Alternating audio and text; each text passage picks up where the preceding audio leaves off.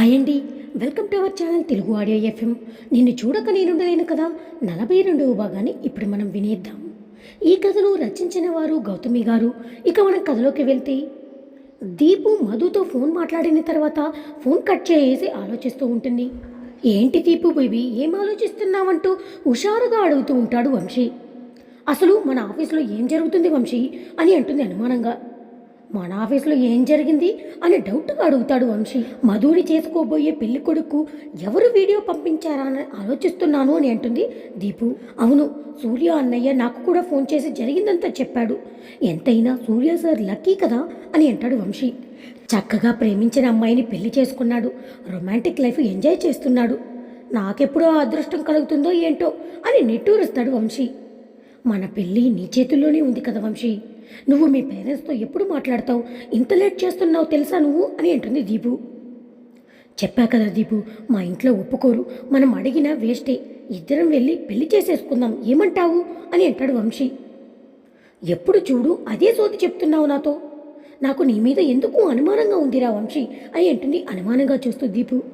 వామ్మో, నేనేం చేశాను, నేను అలాంటి వాడిని కాదు, నీకు తెలియదా అని అంటూ బిక్కముఖం పెడతాడు వంశీ.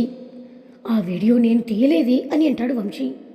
ఆ వీడియో గురించి కాదు, నువ్వు సూర్య సార్ని అన్నయ్య అని పిలుస్తున్నావు, దాని గురించి అని అంటుంది అనుమానంగా చూస్తూ వంశీ వైపు. అమ్మో, దీనికి అనుమానం వచ్చినట్టుంది.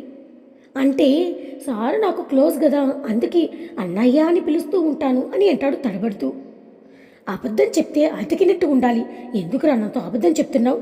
మీ మమ్మీ సూర్య సార్ మమ్మీ అక్క చెల్లెలు కదూ, నీకెలా తెలుసు అని ఆశ్చర్యపోతూ ఫేస్ పెడతాడు వంశీ.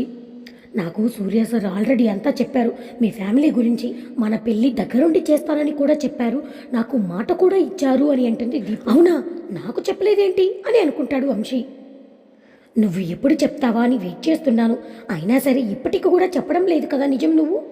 నిన్ను ఎంత నమ్మాన్రా వంశీ అని అంటూ వీపు మీద 4 దెబ్బలు వేస్తుంది దీపు. అబ్బా, తగులుతుందే నీ చెయ్యి, నాకు చాలా గట్టిగా నొప్పిగా ఉంది, ఆపు, సారీ అని చెవి పట్టుకుని బ్రతిమలాడతాడు వంశీ. నువ్వేం చేస్తావో నాకు తెలియదు వంశీ, 1 మంత్లో మన పెళ్ళైపోవాలి, అర్థమవుతుందా నీకు? లేకపోతే నా చేతిలో నీకుంటుంది మరి. అసలే నేను మంచి పిల్లను కూడా కాదు, తాట తీస్తాను అని అంటుంది దీపు. తెలిసే రౌడీ పిల్ల అని నొప్పికి మూలుగుతూ అంటాడు వంశీ. ఎవరికీ తెలియకుండా సీక్రెట్గా పెళ్లి చేసుకుందామే, ఎందుకు వచ్చిన గొడవ అని అంటాడు. లేదు, మీ అమ్మ నన్ను ఒప్పుకుంటేనే మన పెళ్ళి, లేకపోతే నీ దారి నీది, నా దారి నాది, ఆల్రెడీ నాకు పెళ్లి సంబంధాలు చూస్తున్నారు, ఎవడో ఒకరిని ఓకే చెప్పేస్తాను అని అంది. 2 సంవత్సరాలు ప్రేమించిన నన్ను కాదని ఎవరినో ఒకరిని పెళ్లి చేసుకుంటావా అని అంటాడు వంశీ. చేసుకుంటాను అని అంది దీపు. బాధగా అనిపిస్తుంది దీపు అని ఏడుపు ముఖం పెడతాడు వంశీ. చూడు వంశీ, పెళ్లి జరగడం లేదు కదా అని చెప్పి ఏడ్చే టైపు కాదు, ఏదైనా సరే సాధించే టైప్ నేను. నువ్వు నన్ను పెళ్లి చేసుకుంటానంటే ఓకే, లేదంటే మాత్రం నిజంగానే పెళ్లి చేసుకుంటాను, అర్థమవుతుంది కదా, చాలా సీరియస్గా చెప్తున్నాను అని అంటుంది దీపు. ఎప్పుడూ లేనిది ఇంత సీరియస్ అవుతున్నావు ఏంటి దీపు నువ్వు? ఒక్కసారి సూర్య సార్ని చూసి బుద్ధి తెచ్చుకోరా, ఎంత పోరాడి మధుని పెళ్లి చేసుకున్నాడు. అసలు అందులో 1% అయినా నీకు తెగింపు ఉందా ఇంట్లో చెప్పడానికి? భయం నీకు అని అంది దీపు. ఆల్రెడీ ఎంగేజ్మెంట్ అయినా ఏమీ లెక్క చేయకుండా అక్కడ పెద్ద రౌడీ ఉన్నా సరే ఎదిరించి పెళ్లి చేసుకున్నాడు. అదిరా ప్రేమంటే, ఇది ఉంది, వట్టి పిరుకొడివిరా నువ్వు. నాకన్నా చిన్నది మధుకి పెళ్ళైపోయింది. నువ్వు నన్ను పెళ్లి చేసుకునే లేపు నేను ముసల్దాన్నయ్యి నా యవ్వనమంతా వేస్ట్ అయిపోతుందిరా, ఇడియేట్ అని అంటుంది. ఒసే, ఇలా తయారయ్యావి అంటే అని అంటాడు వంశీ. మరేం చెయ్యమంటావు, నీకేం తెలుసు, అక్కకి పెళ్ళవ్వకుండా చెల్లెలికి పెళ్ళైతే ఎలా ఉంటుందో తెలుసా? నన్నడుగు చెప్తా. నీకు 1 మంత్ మాత్రమే టైం, వెళ్ళి మీ నాన్నగారితో మాట్లాడు, అర్థమవుతుందా నీకు? లేకపోతే చెప్పా కదా, వేరే వాళ్ళని పెళ్లి చేసుకుంటా, గుర్తుపెట్టుకో అని అంది. సూర్య అన్నయ్య, నీ పెళ్ళి నా చావుకు వచ్చి చచ్చిందిరా అని అనుకుంటాడు మనసులో వంశీ. ఒసే, అలాంటి వైల్డ్ డెసిషన్ తీసుకోకే, నా బంగారం కదూ, నేను నిన్ను పెళ్లి చేసుకుంటాను, మా ఇంట్లో అందరినీ ఒప్పించి సరేనా అని అంటాడు వంశీ. సూర్య వర్మకి కాల్ చేసి, వర్మ, మొత్తం ఆఫీస్ అంతా చెక్ చేయండి, ఎక్కడెక్కడ కెమెరాస్ పెట్టారో ఏంటో, ఆఫీస్లో ఉన్న స్టాఫ్ అంతా వెళ్ళిపోయిన తర్వాత ఇంచించి వెతికించండి, అలాగే ఎవరైనా అనుమానాస్పదంగా మన ఆఫీస్లో తిరుగుతున్నారేంటో సీసీటీవీ కెమెరాలో చూడండి, అలాగే కారు కూడా చెక్ చేయండి అని చెప్తాడు సూర్య. సరేరా, నువ్వేం కంగారు పడద్దు అని అంటాడు వర్మ. అసలు అంత చిక్కడం లేదురా. ప్రతి మూమెంటు కెమెరాలో బంధించారంటే నాకేమీ అర్థం కావడం లేదు. ఎవరో మన ఆఫీస్లో ఉండే ఇదంతా చేస్తున్నారని నాకు అనుమానంగా ఉందిరా. మన సిస్టమ్ అన్నీ హ్యాక్ అవ్వకుండా అన్ని చర్యలు తీసుకోండి వర్మ. అసలు మన ఇన్ఫర్మేషన్ ఎవరికీ తెలియకుండా చూసుకోవాలి అని అంటాడు సూర్య. సూర్య, ఎందుకంత టెన్షన్ పడుతున్నావు? అంతా నేను చూసుకుంటాను కదా. పెళ్ళైన ఆనందం నీ మాటల్లో అస్సలు లేదురా అని అంటాడు బాధగా వర్మ. విక్రమ్ గారి అంతా చేయించాడంటావా అని డౌట్గా అడుగుతాడు వర్మ. విక్రమ్కి చెయ్యి ఫ్రాక్చర్ అయిందిరా. ఆల్రెడీ లక్ష్మణ్ని అబ్జర్వ్ చేయమని చెప్పాను. వాడింకా హాస్పిటల్లోనే అడ్మిట్ అయి ఉన్నాడు. 10 రోజులు పడుతుందని డాక్టర్ అన్నాడు కదా. వాడంతా చేశాడంటే నాకు నమ్మకం కలగలేదురా అని అన్నాడు. వాడు ఫోన్ ట్రాప్ చేశాము. వాడు ఎవరితోనూ మాట్లాడలేదు. సో వాడు కాదురా, ఇంకెవరో ఉన్నాడు. అసలు అర్థం కావడం లేదు అని అంటాడు సూర్య. అంత ఈజీగా విక్రమ్ని నమ్మడానికి లేదురా. వాడు ఎలాంటి పనైనా చేయగలడు. వాడి గురించి మనకు తెలుసు కదా అని అంటాడు వర్మ. శత్రువు ఎవరో తెలిస్తే వాళ్ళ మూమెంట్స్ అన్నీ మనం కనిపెట్టొచ్చు. వాళ్ళ వీక్నెస్ ఏంటో, వాడు ఎక్కడ ఉంటాడో ఏంటో, వాడు ఎలా మూవ్ చేయగలడు స్టెప్స్ అన్నీ. కానీ ఎవరో తెలియకుండా మనం ఎలా కనిపెట్టగలవురా అని అంటాడు సూర్య. నా పోలీస్ ఫ్రెండ్ అయిన మాయాదేవికి అన్ని విషయాలు షేర్ చేశానురా. ఆ డూప్లికేట్ వినయ్ ఎవరో కనిపెడతానని చెప్పింది. అది తెలిసేంత వరకు నాకు నిద్ర పట్టడం లేదురా. ఏ మూలాన నుండి ఏం ప్రమాదం వస్తుందో తెలియడం లేదు. మధుతో ప్రేమగా మాట్లాడడానికి, క్లోజ్ అవ్వడానికి కూడా నాకు మనసు రావడం లేదు. ఏమవుతుందోనన్న టెన్షన్ నన్ను పిచ్చెక్కిచ్చేస్తుందిరా. సూర్య, ఇప్పుడు అవన్నీ ఆలోచించొద్దు. మధుతో కొంచెం ఫ్రీగా మూవ్ అవడానికి ట్రై చేయి. అసలే కోపంగా ఉంది కదా నీ మీద అని అంటాడు వర్మ. రేపే మేము హైదరాబాద్ వచ్చేస్తాంరా. ఈరోజు నైటు ఇక్కడ స్టే చేయేసి అని అంటాడు సూర్య. ఇక మధు హైదరాబాద్ నుండి పారిపోయిన రోజు ఒక వ్యక్తి విక్రమ్ దగ్గరికి వస్తాడు మారు వేషంలో. విక్రమ్ హాస్పిటల్లో బెడ్ మీద ఉంటాడు. నువ్వేంటి ఇక్కడికి వచ్చావు? సూర్యకి డౌట్ వచ్చిందంటే మనం అనుకున్న ప్లాన్ అంతా అప్సెట్ అయిపోతుంది అని అంటాడు విక్రమ్. చూడండి విక్రమ్ సార్, నేను మీ దగ్గర డబ్బుల కోసమే సూర్య కంపెనీ నుండి మీకు అన్ని విషయాలు ఫార్వర్డ్ చేస్తున్నాను. కానీ నాకు ఒక బాస్ ఉన్నాడు. వాడు చెప్పిందే నేను చేస్తాను అని అన్నాడు. నేను కాకుండా నీకెవరు బాస్ ఉన్నాడు అని ఆశ్చర్యంగా అడుగుతాడు విక్రమ్. మీరు కేవలం సూర్య బిజినెస్ సీక్రెట్స్ మాత్రమే తెలుసుకొని దెబ్బ కొట్టాలనుకుంటున్నారు. కానీ మా బాస్కి ఎప్పటి నుండో ఎదురు చూస్తున్న శత్రువు ఎవరో తెలిసింది. అతనే సూర్య. అతని పతనం చూడాలని ఆశపడుతున్నారు. మీరు సూర్య విషయంలో ఆయనకు సహాయం చేయగలరా అని అడగమని నన్ను పంపించారు అని అంటాడు ఆ వ్యక్తి. చూడు, మీ బాస్ గురించి నాకు తెలియదు. ఆయన పేరేంటో కూడా నాకు తెలియదు. కానీ నేనైతే హెల్ప్ చేస్తాను. కానీ నాకేంటి లాభం అని అడుగుతాడు విక్రమ్. మీకు ఏం కావాలో అడగండి, మా బాసు తీసుకొస్తాడు అని అంటాడు ఆ వ్యక్తి. మధు కావాలి అని అంటాడు విక్రమ్. మధునా అని ఆశ్చర్యపోతూ కళ్ళు పెద్దవి చేస్తాడు ఆ వ్యక్తి. నువ్వెందుకు అంతలా ఆశ్చర్యపోతున్నావు అని అడుగుతాడు విక్రమ్. ఓ ఆడదాని కోసం అంత తహతలాడుతుంటే డౌట్ వచ్చి అడుగుతున్నాను అని అంటాడు ఆ వ్యక్తి. మీరు అనుకుంటే ఏ అమ్మాయి అయినా మీ కాల్ దగ్గరికి వస్తుంది కదా విక్రమ్ సార్ అని అంటాడు ఆ వ్యక్తి. తను అందరిలాంటి అమ్మాయి కాదు. తనలో ఏదో స్పెషల్ మ్యాజిక్ ఉందిరా. అది నాకు కావాల్సింది అని అంటాడు విక్రమ్. సరే అయితే మా బాస్కు చెప్పి మధుని మీ దగ్గరికి తీసుకొస్తాను అని చెప్పి ఆ వ్యక్తి వెళ్ళిపోతాడు. ఎవరేముంటాడు వీడు? ఇంతలా బిల్డప్ ఇస్తున్నాడు. నాకన్నా పెద్ద బాస్ ఎవరు అని ఆలోచిస్తూ ఉంటాడు విక్రమ్. చూద్దాం, మధు నా దగ్గరికి తీసుకొచ్చిన తర్వాత అని అనుకుంటాడు మనసులోనే విక్రమ్. అందుకే మధు పెళ్లి రోజు మధుని కిడ్నాప్ చేసి విక్రమ్కి ఇద్దామని ప్లాన్ చేశారు. కానీ వాళ్ళు ఊహించని విధంగా సూర్యకి మధుకి పెళ్ళైపోతుంది. ఇద్దరు చిన్నపిల్లలు రోడ్డు మీద నడుచుకుంటూ వెళ్తూ ఉంటారు. అన్నయ్య, ఎంతసేపు నడవాలి? నాకు బాగా ఆకలిగా ఉంది అని ఏడుస్తూ ఉంటాడు.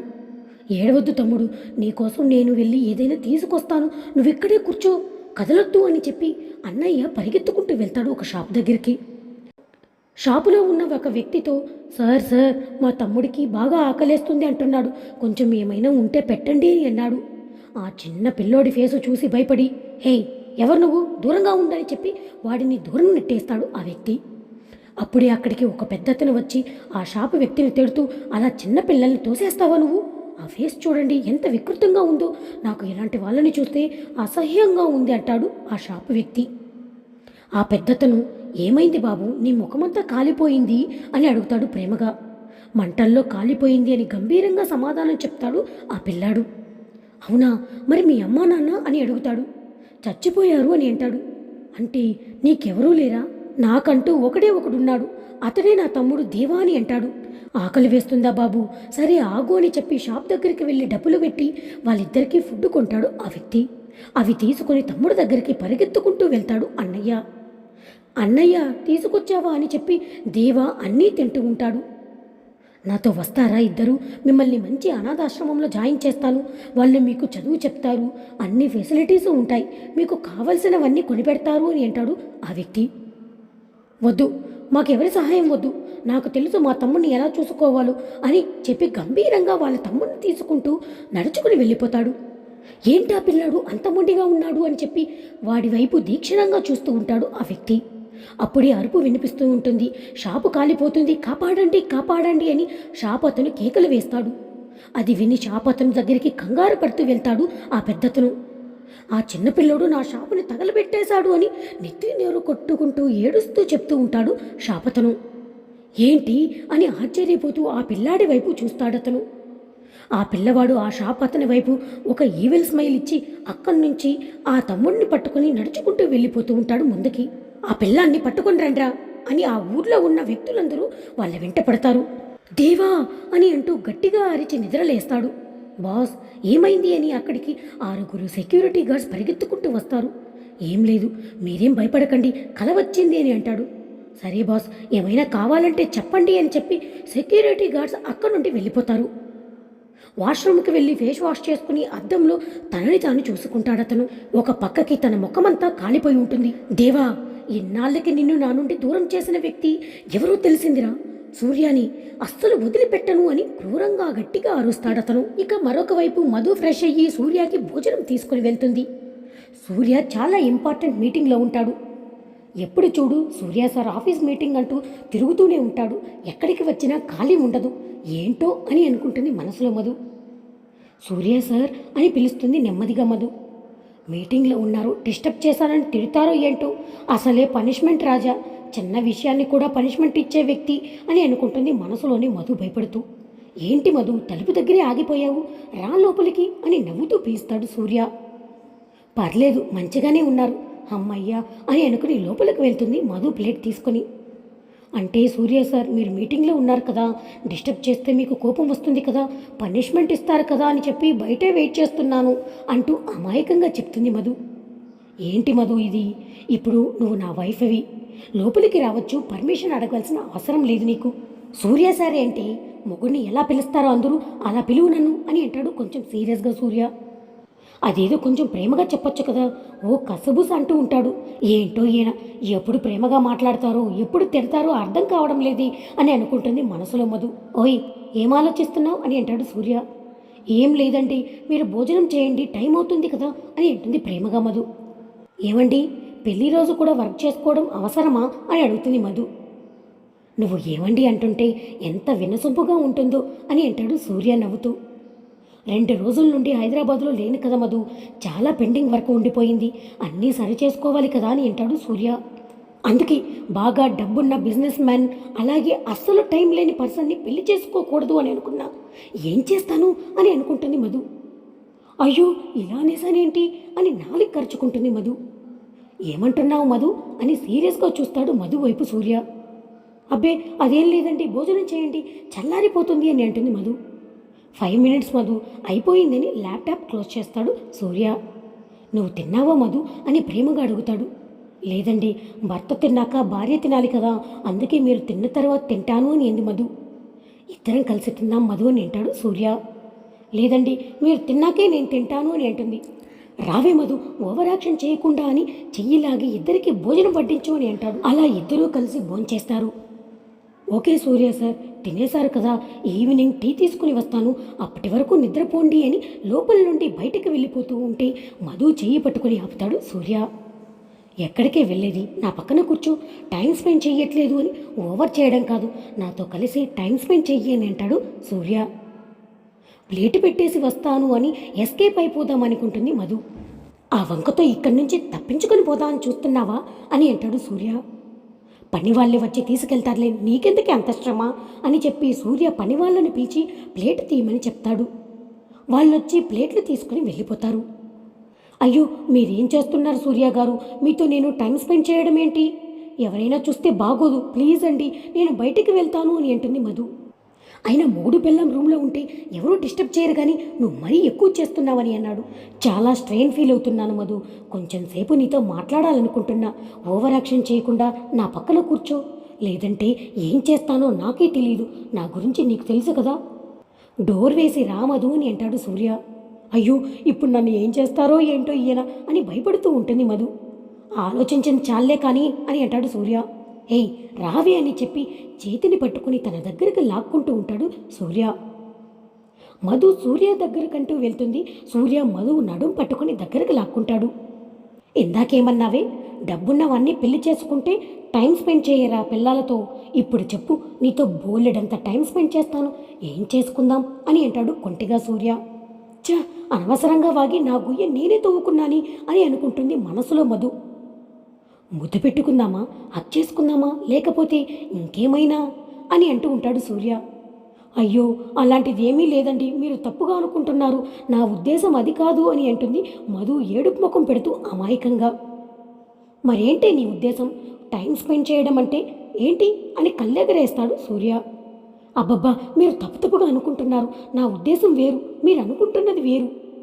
మీరు నా నడుముని వదిలేస్తే నాకు చాలా పనులున్నాయి సూర్య సార్, అర్జెంటుగా వెళ్ళాలి, మీరు పడుకొని రెస్ట్ తీసుకోండి అని అంటుంది మధు.